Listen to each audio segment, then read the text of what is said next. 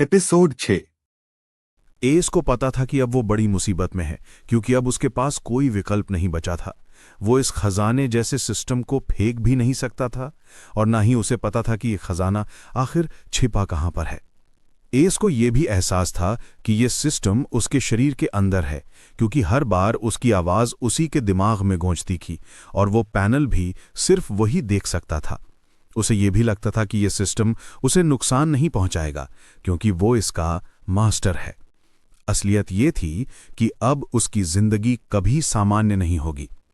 S ने सोचा कि शायद कोई और कमांडिंग शब्द भी है जिससे वो इस सिस्टम को नियंत्रित कर सकता है। उसने सोचा, सिस्टम शॉप। पारदर्शी पैनल अचानक बदल गया और दाईं ओर एक नई चांदी की आकृति चमकी। ये एक गाड़ी जैसा प्रतीक था। System shop, available skill books, available sadhana technique, available weapons, available pills. Panel पर 4 चमकते हुए विकल्प नजर आए। स्किल बुक्स के लिए खाली आंख वाली किताब, पिल्स के लिए दवा जैसी गोल गोली और 9 घेरे, वेपन्स के लिए 2 क्रॉस तलवारें, और टेक्निक्स के लिए सिक्के के निशान वाली किताब बनी हुई थी। हर विकल्प का नाम प्राचीन देवताओं की भाषा में लिखा था। एएस ये देखकर थोड़ा उत्साहित हुआ और उसमें तुरंत सिस्टम से मन में कहा, मुझे जो गोलियां मौजूद हैं वो दिखाओ। उसका दिल धड़कने लगा, क्योंकि अगर ये सिस्टम सचमुच कोई महान खजाना है तो शायद ये उसकी बहन को बिना उस पुराने 1 रूबी कॉइन वाले पिल के भी ठीक कर सके। स्क्रीन फिर से बदली। System shop, available pills, basic level healing pills, एक गंभीर चोट और बीमारी को ठीक कर सकती है जो रिवर रेल्म से नीचे हो। कीमत 25 थीफ पॉइंट्स प्रति पिल। बेसिक लेवल हेवेनली ची रिकवरी पिल्स, तुरंत हेवेनली ची वापस ला सकती हैं। कीमत 10 थीफ पॉइंट्स प्रति pill. Lowest level heaven stealer pills, कीमत 150 थीफ पॉइंट्स, 5 पिल्स उपलब्ध। ये देखकर एस का दिल खुशी से उछल पड़ा। उसने बाकी शब्दों को देखा भी नहीं, क्योंकि उसकी नजर सिर्फ इन 3 शब्दों पर थी, हील एनी डिजीज। उसने तुरंत कहा, सिस्टम, मुझे अभी एक बेसिक हीलिंग पिल दो। लेकिन जवाब आया, नो इनफ थीफ पॉइंट्स। क्या? एस को अचानक थीफ पॉइंट्स याद आए। उसने फिर पैनल देखा और वहां साफ लिखा था 25, जबकि उसके पास सिर्फ 15 थीफ पॉइंट्स थे। बाकी पिल्स उसने देखी ही नहीं, क्योंकि उसकी उनकी परवाह नहीं थी। एस ने गहरी सांस ली और सोचा, क्या मुझे वाकई चोरी करनी होगी टीपी कमाने के लिए? शायद ये रूबी कॉइन कमाने से बेहतर है, और कौन जाने वे बूढ़े गेल सच बोल रहे थे या नहीं। मैं तो सिर्फ खुद पर भरोसा करता हूं। उसने पूछा, सिस्टम बताओ, मुझे कौन सी चीजें चोरी करनी होंगी टीपी पाने के लिए? सिस्टम द्वारा दिए गए मिशंस या कोई भी सम्मानजनक चोरी? एस ने तुरंत अपना मिशन पैनल देखा, लेकिन वहां अभी 0 लिखा था। मिशन कैसे मिलेंगे? मिशंस तब मिलेंगे जब होस्ट की जिंदगी में कुछ खास घटनाएं होंगी या कुछ खास शर्तें पूरी होंगी। एस गुस्से से भर गया, तो मैं इन घटनाओं को ट्रिगर कैसे करूं? तभी सिस्टम की आवाज फिर गूंजी, a new mission is available. एस चौंकिया, लेकिन तुरंत खुश भी हुआ। उसने मिशन पैनल खोला। Mission panel, revenge mission, river flower city के बाहरी क्षेत्र के पिल मार्केट में शॉप नंबर 8 से सारा ट्रेजर चोरी करो। उस मोटे शॉप ओनर को बता दो कि एक सम्मानजनक चोर को धोखा नहीं दिया जा सकता। इनाम होस्ट के प्रदर्शन पर आधारित। समय 7 दिन। असफलता की सजा मौत। ये देखकर एस जड़ हो गया। उसके चेहरे का रंग बदल गया। इसकी आंखें लाल हो गईं और वो चीख पड़ा, सम्मानजनक चोर तेरी मौत! एस इतना डर और गुस्से से भर गया कि उसकी आंखें लाल हो गईं। उसकी चीख से अलीना जाग गई और उसने कमजोर आवाज में कहा, क्या हुआ भैया? एस तुरंत संभाल गया और बोला, कुछ नहीं, बस एक चूहा देखकर डर गया था। अलीना हल्की मुस्कान के साथ फिर बेहोश हो गई। एस का दिल घबरा गया। उसने उसे गोद में उठाया और उसकी ठंडी होती देह देखकर घबरा कर बोला, सिस्टम, मुझे अभी वो पिल दे दो। मैं जो चाहूंगा करूंगा, जो चाहूंगा लूटूंगा, बस उसे बचा लो। लेकिन सिस्टम ने ठंडी आवाज में जवाब दिया, रिवॉर्ड्स सिर्फ मिशन पूरा होने के बाद मिलते हैं। एस ने दांत भींच लिए। तभी सिस्टम ने फिर कहा, लेकिन सिस्टम, इस लड़की की जांच सिर्फ 1 थीफ पॉइंट में कर सकता है। एस ने गुस्से से कहा, करो। फिर उसके सामने अलीना का स्टेटस आ गया। अलीना सिल्वर, जाति hunter, ice elemental bloodline, साधना स्तर रिवर रेल्म, अभी फर्स्ट गेट, कमजोर अवस्था उसका ब्लड लाइन जाग रहा है, उसे एक्सट्रीम आइस ची पिल चाहिए। अगर उसे ये पिल 3 दिन में नहीं मिला तो वो मर जाएगी। ये देखकर एस हैरान रह गया। क्या मतलब अलीना इंसान नहीं बल्कि ब्लड कॉन्टिनेंट की हंटर प्रजाति से है? एस ने गहरी सांस ली और गंभीर आवाज में कहा, सिस्टम, मुझे पता है तुम इस दुनिया के नहीं हो। तुमने मुझे चुना है और तुम्हारे पास वो ताकत है जिसे मैं अभी तक समझ भी नहीं पाया हूं। लेकिन मुझे सिर्फ ये बताओ, क्या तुम्हारे पास एक्सट्रीम आइस ची पिल है या नहीं? यस। कितने में? 30 टीपी। एस की आंखों में दृढ़ निश्चय चमक उठा। उसने बेहोश अलीना को धीरे से बिछोने पर रखा और झोंपड़ी का दरवाजा खोलकर बाहर निकल गया। उसका गंतव्य था बाहरी क्षेत्र का पिल मार्केट। एपिसोड 7। एल्केमी पिल्स का व्यापार शायद पूरे संसार का सबसे बड़ा उद्योग था, क्योंकि एल्केमी पिल्स का उपयोग कई चीजों के लिए होता था, जैसे गंभीर चोटों को ठीक से ठीक करना, लाइलाज बीमारियों को ठीक करना और सबसे ज्यादा साधना के लिए।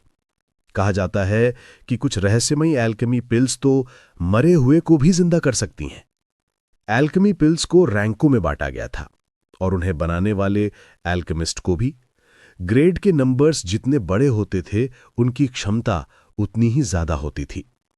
शुरुआती एल्केमिस्ट को फर्स्ट ग्रेड एल्केमिस्ट कहते हैं, फिर सेकंड ग्रेड आते हैं, फिर थर्ड ग्रेड और ऐसे ही आगे।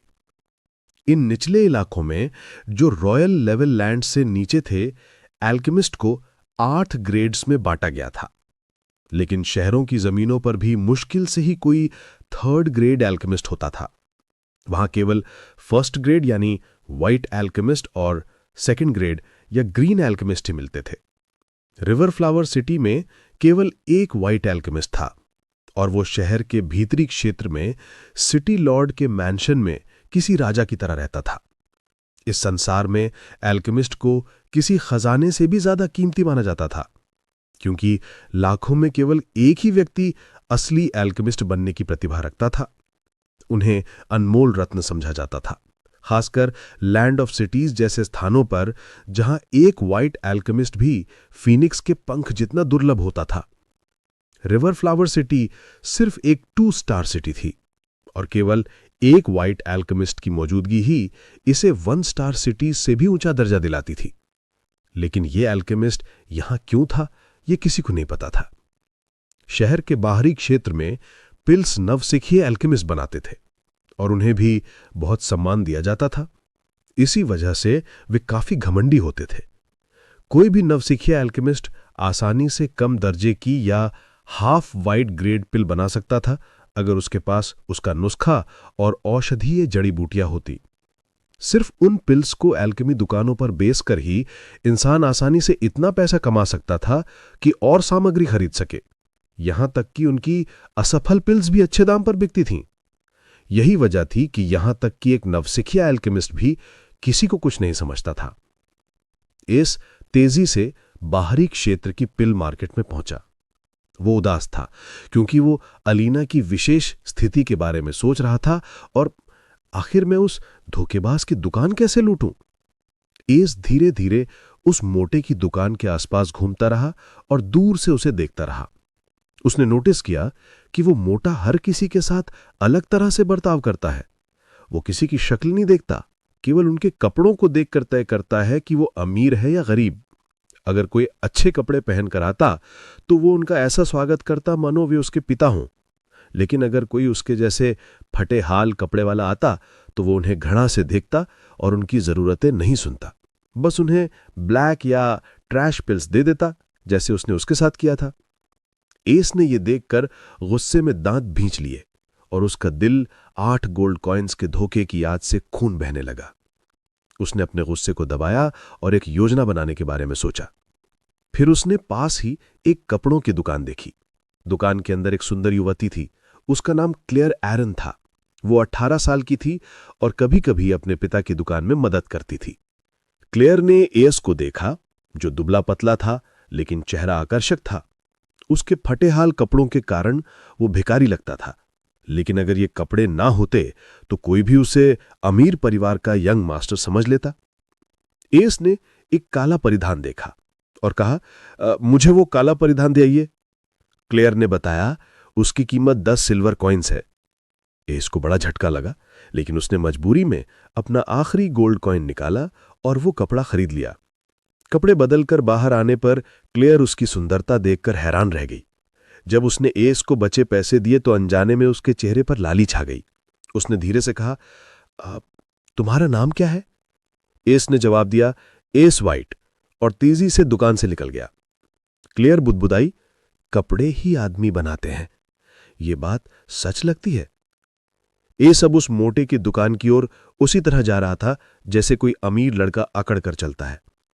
उस मोटे का नाम बिली बिल था, लेकिन लोग उसे धोखेबाज बिली कहते थे, क्योंकि वो गरीबों से धोखाधड़ी करता था। आज भी वो एक महिला से धोखा करके पिल्स बेच चुका था। तभी एस नए कपड़ों में उसकी दुकान पर पहुंचा। बिली ने सोचा कि यह कोई बड़ा शिकार है और मुस्कुराते हुए उसका स्वागत किया। एस ने ठंडी आवाज में कहा, फैटी, मैंने सुना है तुम्हारे दुकान की पिल्स अच्छी हैं, इसलिए देखने आया हूं। बिली ने खुशी से कहा, यंग मास्टर, मेरे पिल्स पूरे बाहरी क्षेत्र में नंबर 1 हैं। एस ने गुस्सा दबाकर कहा, मैं अभी खरीदने नहीं आया हूं, मैं अपने परिवार की तरफ से देखने आया हूं। अगर पिल्स अच्छी होंगी तो हम बल्क में खरीदेंगे। बिली यह सुनकर डर गया कि कहीं ये लड़का भीतरी क्षेत्र का तो नहीं है। उसने तुरंत उसे गुप्त कमरे में ले जाकर पिल्स का संग्रह दिखाया। एस ने देखा कि वहां दर्जनों बोतलों में चमकती हुई पिल्स रखी थीं और उनमें से ताजगी की लहर महसूस हो रही थी। बिली ने गर्व से कहा, यह सब हाफ वाइट ग्रेड पिल्स हैं। एस हैरान था। वो जानता था कि इनमें से कोई भी पिल कम से कम 10 रूबी कॉइन्स में बिक सकती है, और यहां तो सैकड़ों पिल्स थीं। ये हरामी तो बेहद अमीर है, उसने सोचा। एपिसोड 8। एस ने खुद को संभालते हुए अकड़कर कहा, बुरा नहीं, बिल्कुल भी बुरा नहीं। मैं तुरंत अपने परिवार को इसकी जानकारी दूंगा और शायद कल ही वे यहां आकर तुम्हारी सारी पिल्स खरीद लेंगे। अब मैं निकलता हूं। एस बिना बिली के जवाब का इंतजार किए धीरे धीरे गुप्त कमरे से बाहर चला गया। उसने ऐसा जताया जैसे उसने ऐसी जगहें पहले भी देखी हों, ताकि बिली को शक ना हो।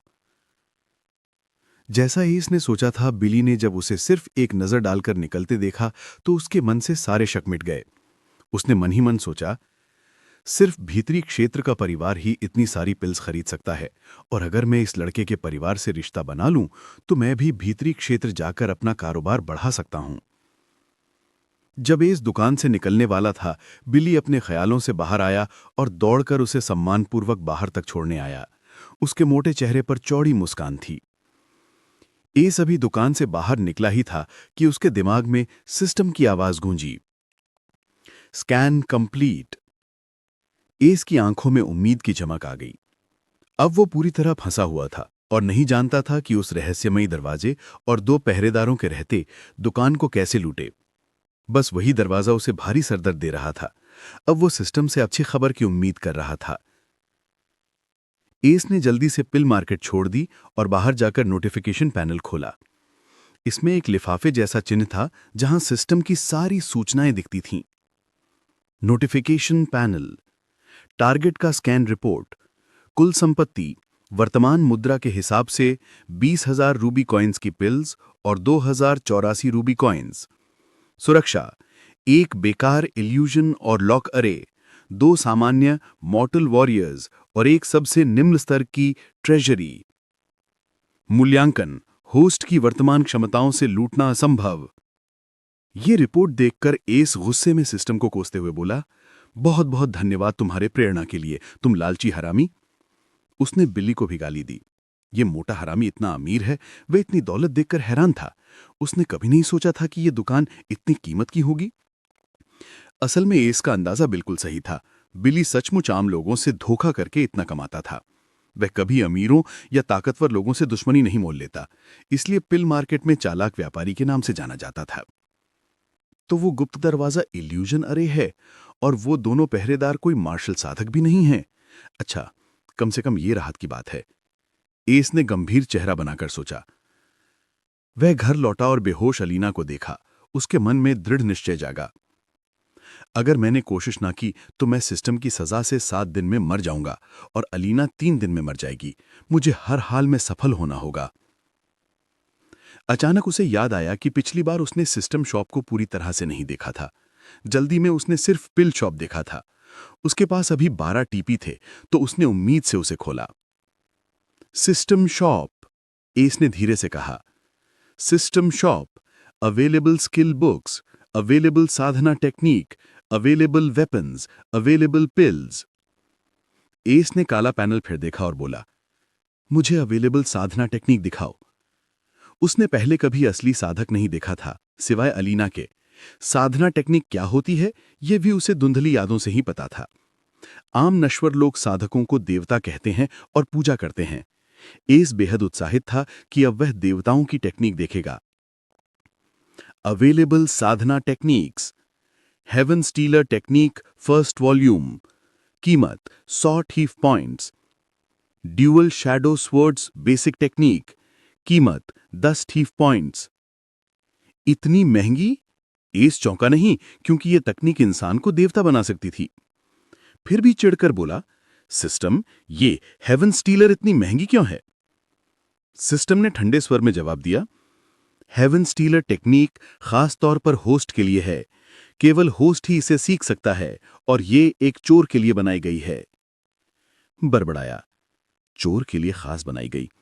मेरे पास इतने ठीफ पॉइंट्स नहीं हैं और मैं तलवार की तकनीक भी नहीं चाहता, क्योंकि 3 दिन में सीखना मुश्किल होगा। मुझे तो उस दुकान की सुरक्षा तोड़ने का तरीका चाहिए। स्किल पैनल खोलो। Available skills, stealth free, description, चोर की बुनियादी कला, सीखने के बाद कोई तुम्हें नहीं देख पाएगा। चेतावनी, तुमसे एक रेल्म ऊपर के साधक तुम्हें पकड़ सकते हैं। पिक पॉकेट फ्री, डिस्क्रिप्शन, हाथों की गति इतनी तेज कि कोई देख ना सके। चेतावनी, तुमसे एक रेल्म ऊपर के साधक तुम्हारी कला भांप सकते हैं। साइलेंट स्टेप्स फ्री, डिस्क्रिप्शन, चोर की बुनियादी कला, चलते समय कोई आवाज नहीं होगी। चेतावनी, एक रेल्म ऊपर के साधक पकड़ सकते हैं। True and false eyes basic free, description, चोर की सबसे जरूरी कला, खजाने पहचानने की कला। चेतावनी, अपने से शक्तिशाली पर कभी मत इस्तेमाल करना। Treasure opening hands basic art, 10 thief points. Description, कम लेवल के अरेज तोड़ने और खजाने खोलने की कला। चेतावनी, फर्स्ट ग्रेड ट्रेजर्स पर मत आजमाना। एस ये फ्री देखकर हैरान हो गया। हा, तो तुझमें भी जरा सी इंसानियत है। मुझे सब स्किल्स दे दो, खासकर ट्रेजर ओपनिंग हैंड्स। 10 टीपी ले लो। अब उसके पास 2 टीपी बचे थे और तमाम जानकारी उसके दिमाग में उतर गई। इस बार उसे दर्द नहीं हुआ, बल्कि ताजगी महसूस हुई। 5 मिनट में वह सारी कलाएं सीख गया। जब उसने आंखें खोली तो उसकी काली पुतलियां सुनहरी थीं और दुनिया पहले से कहीं ज्यादा साफ दिख रही थी। उसने अलीना की ओर देखा और उसकी साधना और जाति जैसी धुंधली जानकारी देखी। लेकिन अचानक उसकी आंखों में तेज दर्द हुआ और वह जमीन पर गिर पड़ा। सुनहरी रोशनी गायब हो गई। सिस्टम ने चेतावनी दी, होस्ट किसी तरह का साधक नहीं है। तुम्हारे अंदर बहुत कम ची है और मेरिडन्स बंद हैं। पहले ची को नियंत्रित करना सीखो, वरना मौत हो सकती है। एस कांप गया और उसे भूख ने जकड़ लिया। उसने जल्दी से मांस खरीदा और पकाकर खाया। अब उसने ठान लिया था कि स्किल्स का अभ्यास तभी करेगा जब ची को थोड़ा नियंत्रित कर सके। वेपन्स पैनल दिखाओ। Available weapons, black blade sword set 30 thief points, 2 face mask 80 thief points, invisible bead 50 thief points, एक बार प्रयोग 1 मिनट। यह देखकर एस ने तुरंत पैनल बंद कर दिया। बहुत महंगे थे। उसने हथियारों को भूलकर स्किल्स का अभ्यास जारी रखा। रात को वह वेस्टलैंड के पार्क में गया और साइलेंट स्टेप्स का अभ्यास किया। धीरे धीरे वह ची को नियंत्रित करना सीख गया। आधी रात तक अभ्यास करने के बाद वह थककर घर लौटा और सो गया। सुबह जागने पर उसने खुद को अलग महसूस किया, जैसे वह नया इंसान हो गया हो। लेकिन अलीना और भी ज्यादा पीली पड़ गई थी। मुझे आज रात ही करना होगा, एस ने दृढ़ निश्चय किया।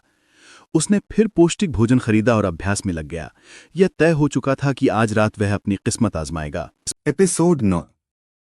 रिवर फ्लावर सिटी का बाहरी क्षेत्र। आधी रात। बाहरी क्षेत्र की पिल मार्केट हमेशा की तरह खुली थी। एल्केमी की गोलियों का व्यापार कभी नहीं रुकता था, चाहे हालात कैसे भी हों, समय कोई भी हो, खासकर साधकों के लिए। फैटी बिल्ली की दुकान के पास अंधेरी घाटी में 2 नीली आंखें ठंडी नजर से दुकान को देख रही थीं। एस 1 घंटे से यहां था। उसने सोचा था कि हर दुकान आधी रात को बंद हो जाएगी, जैसे शहर के बाकी इलाकों में होता है। एस को लगा था कि दुकान बंद होते ही घुसना आसान होगा, लेकिन उसने कभी नहीं सोचा था कि आधी रात को ये मार्केट दिन जैसी चहल पहल से भरी होगी। अगर उसे पता होता तो वो अपनी योजना बदल देता। अब क्या करूं? एस बहुत परेशान था। मेरे पास बस एक दिन है, चाहे कुछ भी हो, मुझे करना होगा। उसने खुद को हिम्मत दी और शांति से चारों ओर नजर डालता रहा। फैटी बिल्ली की दुकान में बिल्ली का मूड बहुत खराब था। कल एक अमीरजादे ने, जो उसके हिसाब से भीतरी क्षेत्र से था, वादा किया था कि वो अपने परिवार के साथ आएगा और गोलियां खरीदेगा। ये बिल्ली के लिए सुनहरा मौका था कि वो भी भीतरी क्षेत्र के परिवार से जान पहचान बनाए। लेकिन वो लड़का कभी वापस नहीं आया। इससे बिल्ली बेहद गुस्से में था। उसने तो गुस्से में अपने नौकरों को भी पीट दिया था। आधी रात हो चुकी थी और कारोबार धीमा था। बिल्ली बोर हो गया। उसने झपकी लेने का फैसला किया, जैसा वो अक्सर करता था। बिल्ली किसी दुकानदार पर भरोसा नहीं करता था, खासकर पैसे के मामले में। इसलिए वो खुद ही दुकान संभालता था। इसी बीच घाटी में एस मौके का इंतजार कर रहा था। वो बिल्ली की हर हरकत पर बाज की नजर रखे बैठा था। उसने देखा कि बिल्ली नींद में झूम रहा है। बस थोड़ा और, एस ने उम्मीद से सोचा। फिर उसने देखा कि बिल्ली ने आंखें बंद कर लीं। यही मौका था। 5 मिनट बेचैनी से इंतजार करने के बाद एस ने गहरी सांस ली और अपनी स्टेल्थ स्किल चालू कर दी। एस ने महसूस किया कि एक रहस्यमयी शक्ति यानी ची उसके पूरे शरीर में घूम रही है और उसका शरीर धीरे धीरे पारदर्शी होकर अंधेरे में गायब हो रहा है। इसके बाद उसने अपनी दूसरी स्किल साइलेंट स्टेप्स का इस्तेमाल किया। उसे लगा जैसे उसके पैर पंख जितने हल्के हो गए हों। वो तीर की तरह दुकान की ओर भागा। सांस रोके हुए वो दरवाजे तक पहुंचा और बिना बिल्ली को जगाए अंदर घुस गया। दुकान के भीतर रोशनी थी और अगर कोई ध्यान से देखता तो एस को देख सकता था, क्योंकि उसकी स्टेल्थ स्किल अभी पूरी नहीं थी। बिल्ली खर्राटे मार रहा था। एस ने खुशी से सोचा, ये कमीना सच में सो गया। एस चुपचाप पीछे की दीवार तक पहुंचा। बाहर से देखने पर यह बस एक साधारण दीवार लगती थी, लेकिन एस ने अपनी तीसरी skill true and false eyes active की। उसकी पुतलियां सुनहरी हो गईं और उसे दीवार पर हल्की धूसर रेखाएं दिखाई दीं। जब इन रेखाओं को जोड़ते तो एक दरवाजे का आकार बनता था। दरवाजे के कोने पर एक छोटा काला छेद था। एस ने तुरंत अपनी चौथी skill treasure opening hands finger की एक्टिव की। उसकी तर्जनी उंगली धातु जैसी बन गई और उस पर रहस्यमयी पैटर्न उभर आए। उसने उंगली को काले छेद पर रखा और तुरंत उसे दरवाजे की संरचना का ज्ञान हो गया। क्लिक, दरवाजा खुल गया। एस के माथे पर पसीना था, लेकिन उसके चेहरे पर उत्साह था। उसने अगला लॉक एरे भी आसानी से खोल दिया। धीरे धीरे उसने दरवाजा खोला और अंदर झांका। अंदर 2 पहरेदार गहरी नींद में सो रहे थे। यही उसकी किस्मत थी। एस ने ट्रू एंड फॉल्स आइज फिर से चालू किए और पूरे कमरे को स्कैन किया। आखिरकार उसने कोने में एक और छिपा हुआ खजाना देखा। इस बार 2 काले छेद थे। उसने अपनी दूसरी skill treasure opening hands 2 fingers keys का इस्तेमाल किया। उसकी 2 उंगलियां धातु जैसी बन गईं और अजीब पैटर्न से भर गईं। 4 सेकंड बाद टिंग, कमरे की खामोशी में ये आवाज बहुत तेज लगी। एस का दिल तेजी से धड़कने लगा। उसने तुरंत पहरेदारों की ओर देखा, लेकिन वो अभी भी खर्राटे मार रहे थे। एस ने राहत की सांस ली और खजाने का दरवाजा खोला। अंदर हजारों रूबी कॉइन्स चमक रहे थे। एस ने अपनी थैली निकाली और सारे सिक्के भर लिए। फिर उसने अलमारियों से गोलियों की बोतलें भी उठा लीं। मैं अमीर हो गया, एस ने खुशी से सोचा। थैली भारी हो चुकी थी और उसका शरीर थकान से चूर था। उसने फिर स्टेल्थ चालू की और धीरे धीरे बाहर की ओर बढ़ा। लेकिन तभी फैटी बिल्ली की नींद खुल गई। उसने दरवाजे की आवाज सुनी और सोचा कोई ग्राहक है, लेकिन सामने उसे एक काले कपड़ों में ढका इंसान दिखाई दिया। बिल्ली की आंखें फटी रह गईं और वो जोर से चीखा, भूत! उसकी चीख इतनी जोरदार थी कि आसपास के दुकानदार भी बाहर निकल आए। सबने काले कपड़ों वाले इंसान को भागते देखा और घबरा गए। जल्दी से किसी शमन को बुलाओ, कोई भूत यहां घूम रहा है। पूरा बाहरी क्षेत्र का बाजार हड़कंप में आ गया। बिल्ली सबसे ज्यादा डरा हुआ था। वो भागकर अपने गुप्त कमरे में गया, लेकिन जब उसने अंदर देखा, सब खाली था। उसकी आंखें अंधेरी हो गईं और वो जमीन पर गिर पड़ा। दोनों पहरेदार भी ये देखकर घबरा गए। बिल्ली ने पागलों की तरह चिल्लाते हुए कहा, सब कुछ गया, मेरी सारी दौलत, सब कुछ खत्म। जल्दी से उस काले कपड़े वाले को ढूंढो। अगर खाली हाथ लौटे तो तुम्हारे टुकड़े टुकड़े कर दूंगा। एपिसोड 10। एस बहुत सावधानी से दुकान के मुख्य दरवाजे से बाहर निकला ही था कि अचानक उसकी छुपने की कला ऐसे गायब हो गई जैसे कोई पर्दा हट गया हो। अब एस की आकृति सबको साफ दिख रही थी। मुझे पता था मेरा ची खत्म हो गया, धत तेरी की। एस ने अपनी बदकिस्मती को कोसा। उसी वक्त फैटी बिली ने भी अपनी बंद आंखें खोल दी और घबराहट में दुकान का दरवाजा खोल डाला। भाग! यही एकमात्र ख्याल एस के दिमाग में आया और वो पागलों की तरह दौड़ पड़ा। एस अभी नुक्तुर तक ही पहुंचा था कि पीछे से बिल्ली की डर से भरी चीख गूंज उठी, भूत! क्या? कहां? एस डर गया और झट से पीछे मुड़ा, पर वहां कोई भूत नहीं था। वैसे भी उसे भूतों से बहुत डर लगता था। ओह, वो तो मुझे कह रहा है। एस ने अपने सारे काले भेष को देखा और सोचा कि सचमुच वो किसी भूत जैसा ही लग रहा है। एस का चेहरा पीला पड़ गया, लेकिन उसने और तेज दौड़ लगाई। जब तक वो पिल मार्केट से बाहर निकल रहा था, तब तक और दुकानदार भी बाहर आ गए और उसे देखकर बेवकूफों की तरह चिल्लाने लगे। एस ने दौड़ते हुए दिशा इनर रीजन की ओर मोड़ दी ताकि लोग ये ना समझने लगें कि वो आउटर रीजन से आया है। वो सबको गुमराह करना चाहता था। 5 मिनट तक दौड़ने के बाद उसने पीछे देखा तो कोई पीछा नहीं कर रहा था। उसने तुरंत दिशा बदली और चारों ओर एक बड़ा चक्कर काटा। अब एस वेस्टलैंड की ओर बढ़ रहा था। रास्ते में वो पहले उस जर्जर पार्क में पहुंचा और एक छुपे हुए कोने में गया जहां कोई आसानी से नहीं पहुंच सकता था और बच्चे भी वहां नहीं खेलते थे। उसने तुरंत जमीन पर वो हल्का सा निशान ढूंढ लिया जो उसने सुबह बनाया था और जल्दी से खोदना शुरू कर दिया। कुछ ही देर में उसने 1 फुट गहरा गड्ढा खोद लिया। उसमें एक छोटा थैला छुपा हुआ था। उसने तुरंत उसे खोला, जिसमें नए कपड़े रखे थे जो उसने सुबह ही खरीदे थे। उसने झट से कपड़े बदल लिए। ये कोई साधारण गड्ढा नहीं था, ये एस का भागने का इंतजाम था। एस की योजना थी कि अगर मिशन पूरा हो जाए तो वो यहां आकर लूट का माल छुपा देगा और अगर मिशन असफल हो जाए तो यहां आकर सबूत नष्ट कर देगा। खुशकिस्मती से उसने मिशन पूरा कर लिया था। भले ही अंत में दिख गया हो, लेकिन फिर भी बिना किसी बड़ी रुकावट के भाग निकला। कपड़े बदलने के बाद उसने गोलियों और सिक्कों से भरी थैली को अपने काले कपड़ों के साथ फिर से गड्ढे में दबा दिया और गड्ढे को सावधानी से भर दिया। फिर उसने चारों ओर ध्यान से देखा और सुनिश्चित किया कि कोई निशान न रह जाए। उसने सिर हिलाया और तुरंत निकल पड़ा। कौन सोच सकता था कि इस बंजर जगह में 24,000 रूबी कॉइन से भी ज्यादा की थैली दबाई गई है। काम पूरा होने के बाद और सब योजना के अनुसार होने से एस को गहरी राहत महसूस हुई और अचानक थकान और कमजोरी ने उसे घेर लिया।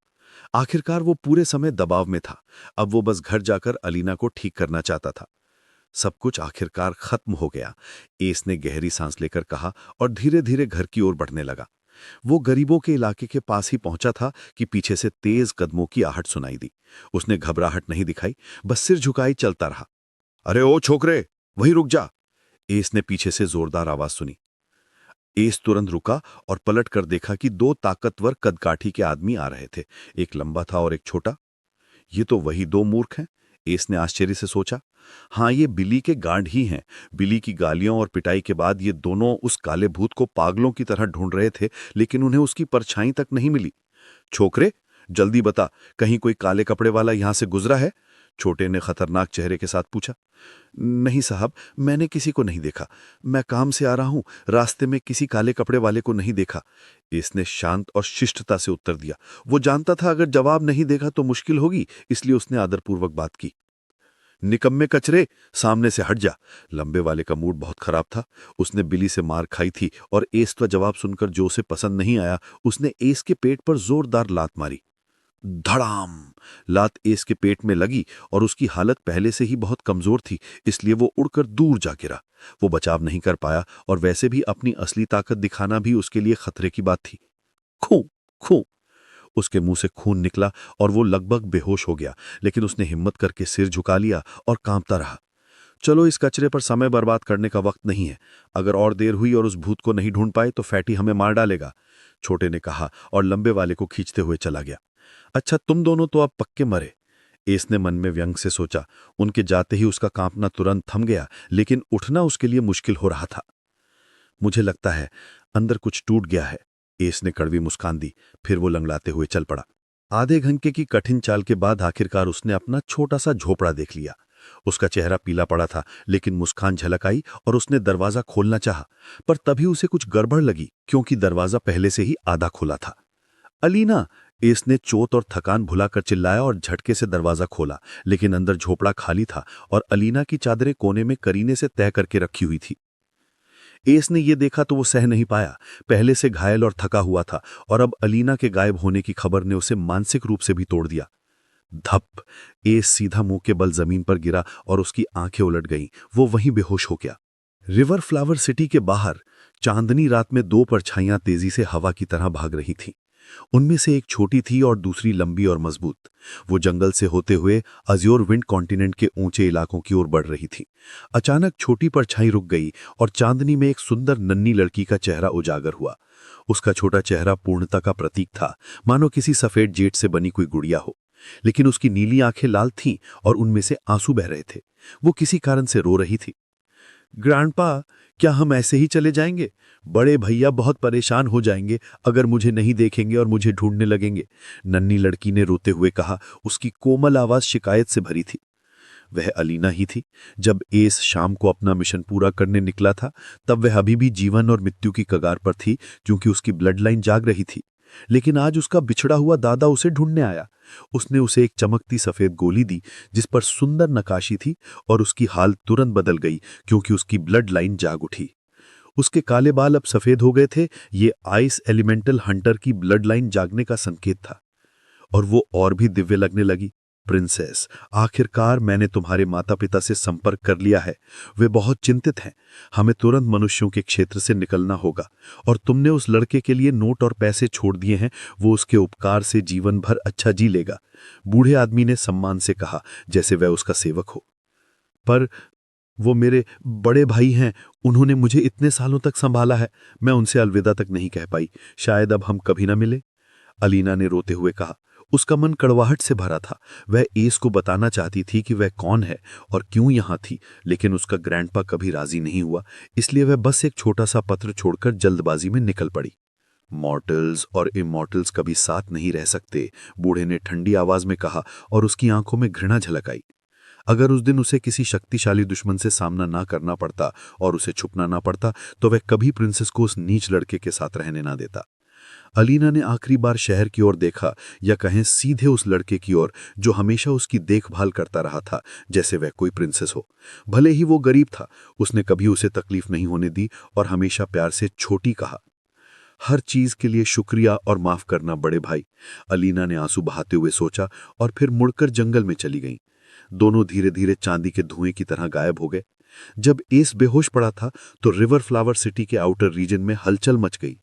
खबर फैल गई कि किसी ने पिल शॉप के मालिक बिली बिल की पूरी संपत्ति उसके नाक के नीचे से चुरा ली और यह खबर जंगल में आग की तरह हर जगह फैल गई, यहां तक कि इनर रीजन तक पहुंच गई। अरे सुना क्या? किसी ने बिना आवाज किए इल्यूजन एरे और लॉक एरे तोड़ दिया और क्रिस्टल कार्ड के बिना ही 1 स्टार ट्रेजरी मिनटों में खोल दी। लोग कहते हैं वो कोई ब्लैक घोस्ट है और धुएं की तरह गायब हो जाता है, कोई पकड़ नहीं सकता। ऐसी बातें पूरे शहर में हो रही थी। लोग अब उस चोर को ब्लैक घोस्ट थीफ कहने लगे। हर दुकानदार डर में था कि कहीं ब्लैक घोस्ट का उनकी दुकानों पर आगमन न हो जाए। सबने अपनी सुरक्षा बढ़ा दी और भी गार्ड रख लिए। दूसरी तरफ बिली पागलों की तरह ब्लैक घोस्ट को ढूंढ रहा था। आउटर सिटी के गार्ड भी इसमें शामिल हो गए, लेकिन उन्हें कोई सुराग नहीं मिला, जैसे ब्लैक घोस्ट अस्तित्व में ही नहीं था। फैटी बिली पागल हो गया। उसने गुस्से में उन दोनों गार्ड्स को भी मार डाला जिन्होंने ब्लैक घोस्ट का सुराग ढूंढने में असफलता पाई थी। पास के दुकानदारों ने यह भी बताया कि ब्लैक घोस्ट उस रात इनर रीजन की ओर भाग गया था। इसी वजह से बिली और भी गुस्से और बेबस हो गया, क्योंकि इनर रीजन में वो कुछ नहीं कर सकता था। उसने आउटर सिटी गार्ड से शिकायत करने की कोशिश की, लेकिन उन्होंने उसे किसी आवारा कुत्ते की तरह भगा दिया। अब वह बस अपने गुस्से को अपने आसपास के लोगों पर ही निकाल सकता था। रिवर फ्लावर सिटी का इनर रीजन आउटर रीजन से 2 गुना बड़ा था। एक भव्य 15 मंजिला इमारत के सबसे ऊपरी मंजिल पर एक युवा सुंदर आदमी शानदार कपड़ों में खड़ा था, जो आउटर सिटी में कभी नहीं देखे जाते थे। वह खिड़की के सामने खड़ा था और हाथ में पकड़ा कागज पढ़ रहा था। ब्लैक घोस्ट, बिना आवाज किए आधा स्टार इल्यूजन और लॉक एरे तोड़ दिया। क्रिस्टल कार्ड के बिना ही एक 1 स्टार ट्रेजरी मिनटों में खोल दी। इंटरेस्टिंग, बहुत इंटरेस्टिंग।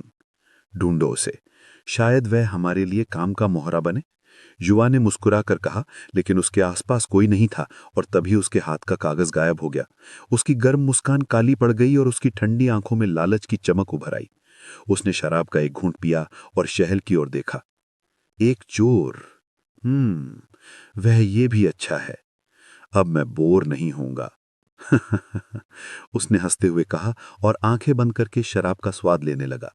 TL नोट: कहानी में इस्तेमाल होने वाले रेल्म के पूरे नाम जानने के लिए डिस्क्रिप्शन चेक करें।